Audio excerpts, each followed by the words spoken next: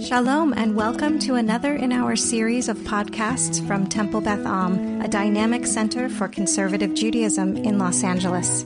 This is a recording of a Shabbat teaching by Rabbi Rebecca Schatz. I wanted to discuss Shabbat Shuva because I think that sometimes, we were talking about this a bit before some of you arrived, that the idea around Shabbat Shuva is either very important to people or a week off in between Rosh Hashanah and Yom Kippur. There's not really an in-between. People, if you were here this morning, it was a much lighter crowd than we normally have in all locations.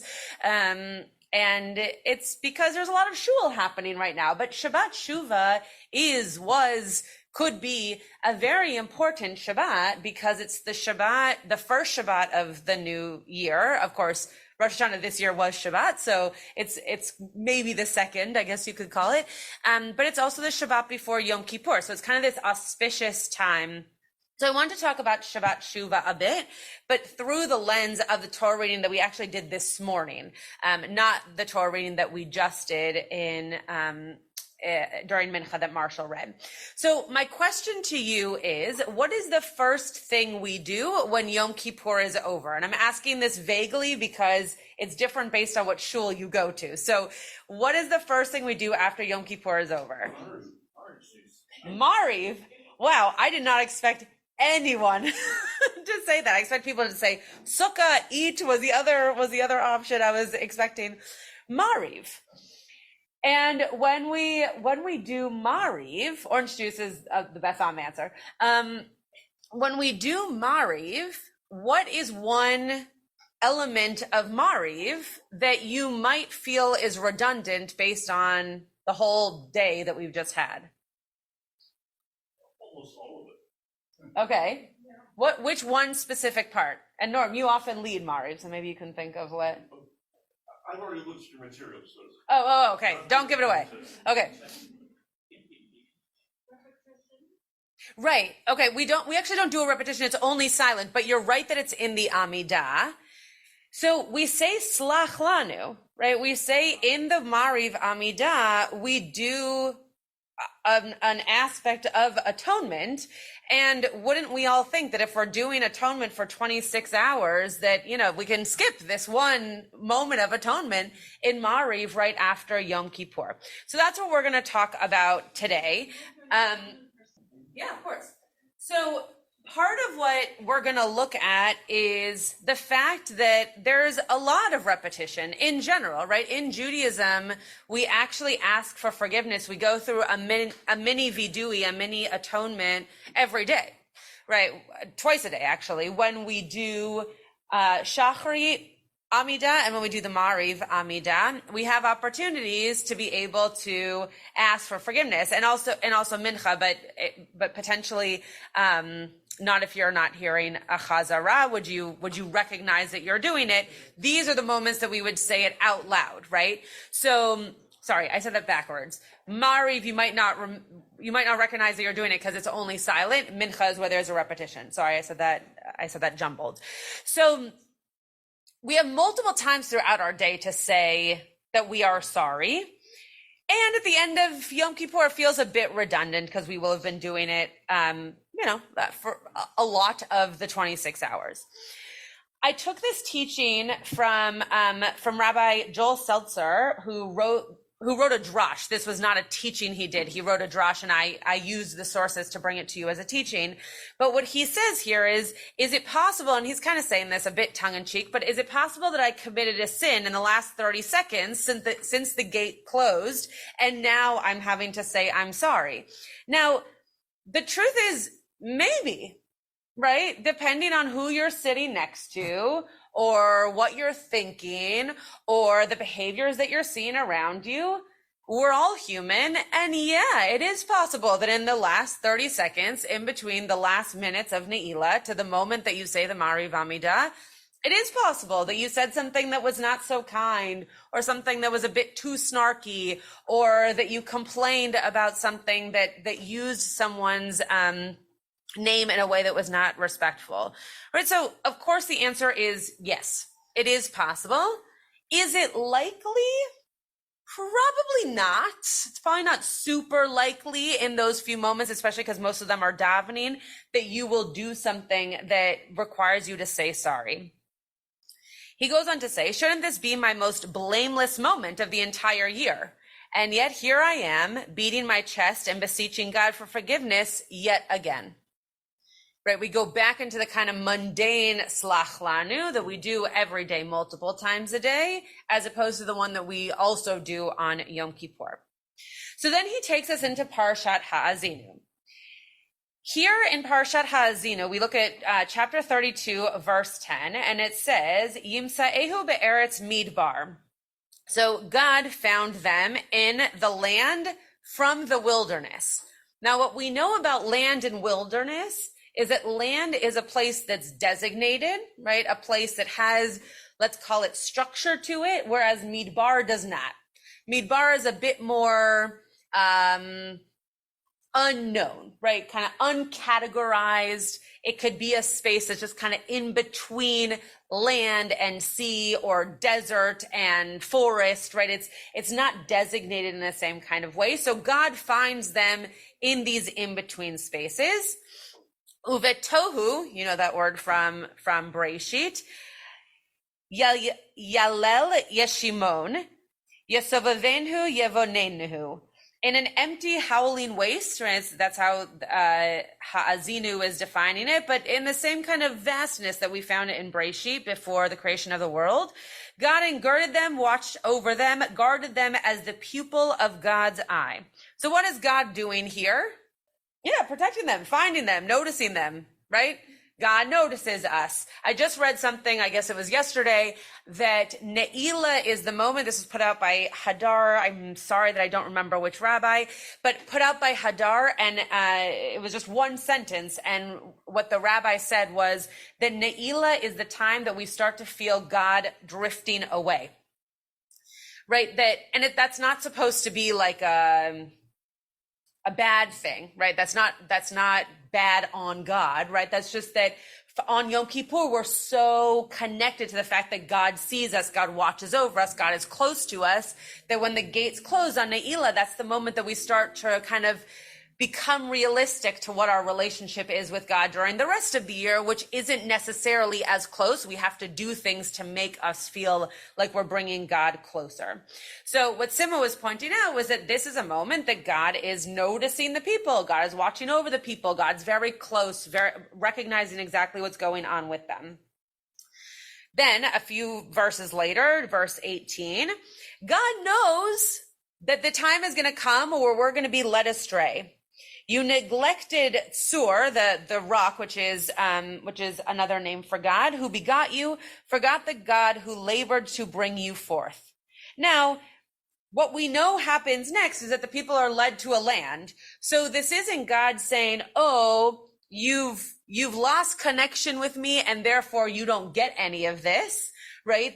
But God is being realistic. God recognizes that just like in Ne'ilah, where you've spent a whole day saying you're sorry, that you are human and you are going to, at some point between the time you leave the field and you get to your car or you get to your home, you're going to do something that the next day you should atone for, right? Very often, I grew up at Sinai Temple, and my mom was the membership director for many years.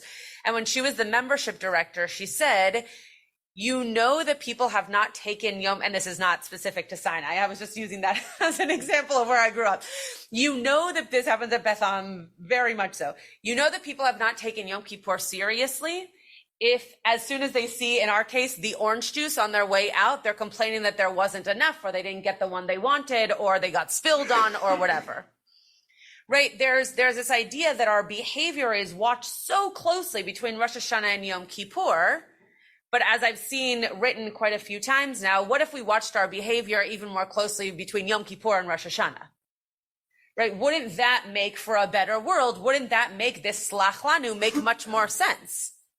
Shouldn't we have this urge to say, I'm sorry, immediately after Ne'ilah is over, because we know that we are going to make a mistake, or that we've already made a mistake from Ne'ilah till this moment? Okay, so Rabbi Seltzer goes on to say, in our Torah portion, we learn the truth. that no matter how blameless and upright we might feel in one instant, life has a way of challenging our unfounded notions of perfection and reminding us that we are works in a constant state of progress. Striking our chests during the Amidah, which follows Yom Kippur, and proclaiming yet again, "Forgive us, God, Slach Lanu Avinu," is a ritual manifestation of this theology. I may be blameless now, but not for long and not forever. Okay, turn the page. So the Haftorah this morning was from a few different prophets. It names them at the top here: Hosea, Yoel, and Micha. And depending on where you were and what you heard, you might have heard all three, or in the sanctuary, we only heard two today. But from here, we see this idea that God is not just recognizing that the people might need this for themselves, but that God actually is desiring that relationship with people, right? That it's not just, oh, you need to do a better job of repenting, of knowing you're going to make mistakes, etc., but that God wants to be part of that relationship with the people. So in Hosea, it says, "Return, O Israel, to Adonai, our God, for you have fallen because of your sin." Now, the words in Hebrew are Shuva Yisrael. Shuva, from the word teshuva, right? Return. Or if we're trying to connect it back to this idea of doing tshuva, right at the end of Yom Kippur, it could be tshuva, the kind of tshuva that we call in English repentance. So return, Israel, to your God, right? So that this is the idea that God is hoping that we're going to return to God, but that also erapeh meshuvatam, right? Shuv, again, this idea of returning. Ohavem nedava, I will heal their affliction. Generously, I will take them back. I will return to them in love. Ki shav, again, returning. Api mimenu, for my anger has turned, in this case, away from them.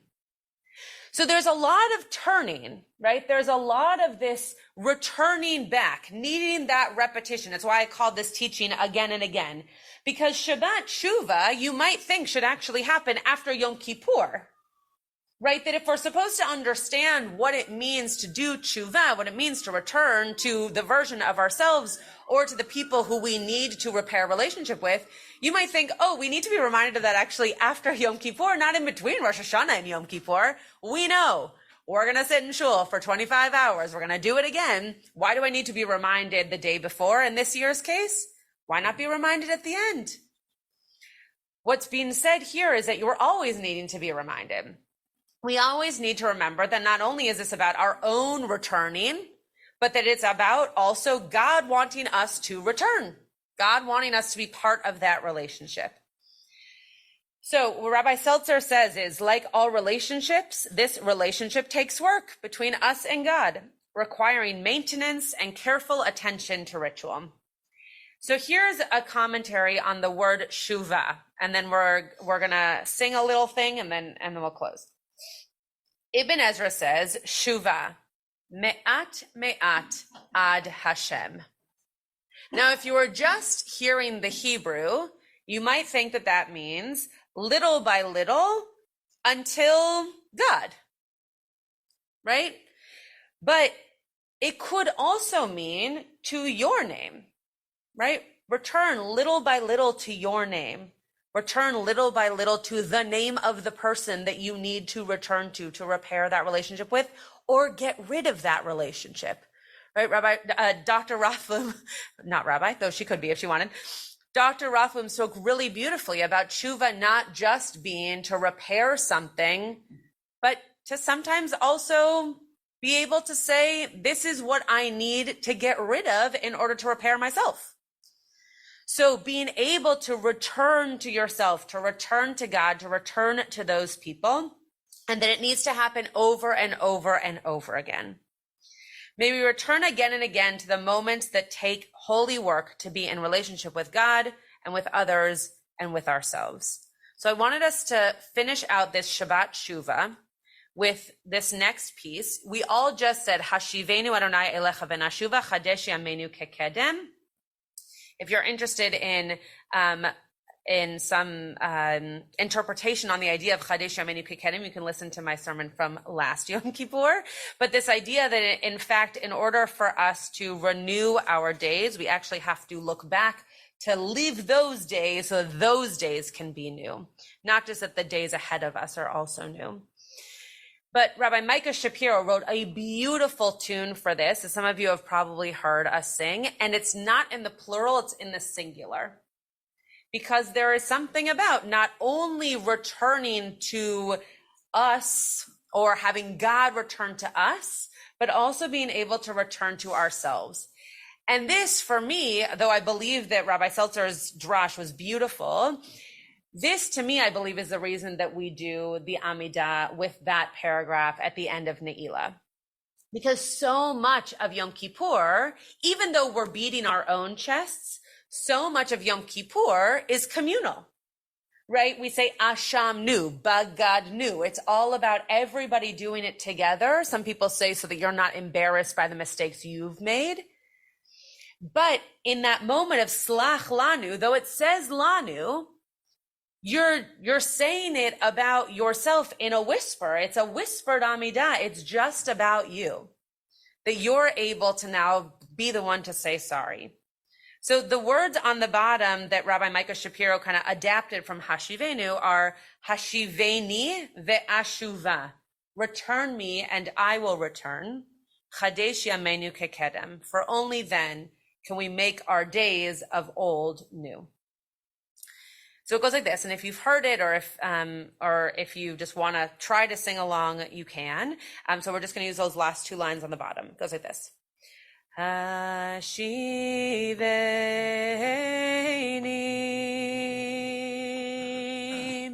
ve'ashuva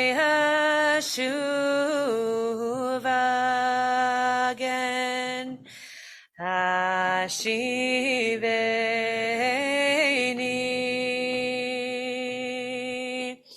ve'ashuva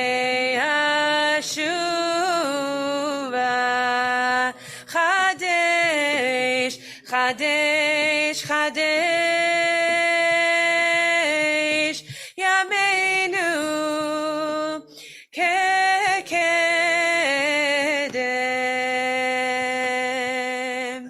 chadesh, chadesh yameinu kekedem,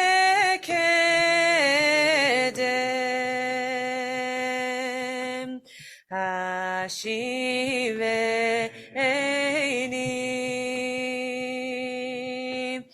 ve'ashuva,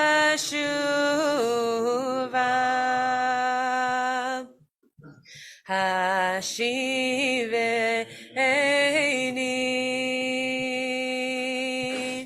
ve'ashuva chadesh, chadesh, chadesh yameinu kekedem,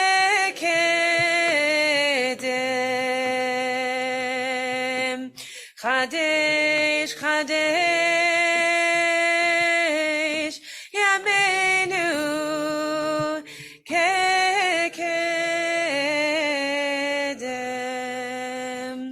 I hope this was a Shabbat Shuva that was meaningful, that allowed you to focus on what it means to be repenting, to be returning, to be renewing ourselves, but that also the last Amidah before you go into the world post Ne'ilah, that you are able to recognize that we do it every day and that you can do it again and again as a way of returning to the best version of yourselves. You have been listening to another in our series of podcasts from Temple Beth Am, a dynamic center for conservative Judaism in Los Angeles. If you enjoy these podcasts, we invite you to write a review on the Apple Podcast site or wherever you get your podcasts. For more information about Temple Beth Am Los Angeles, go to tbala.org.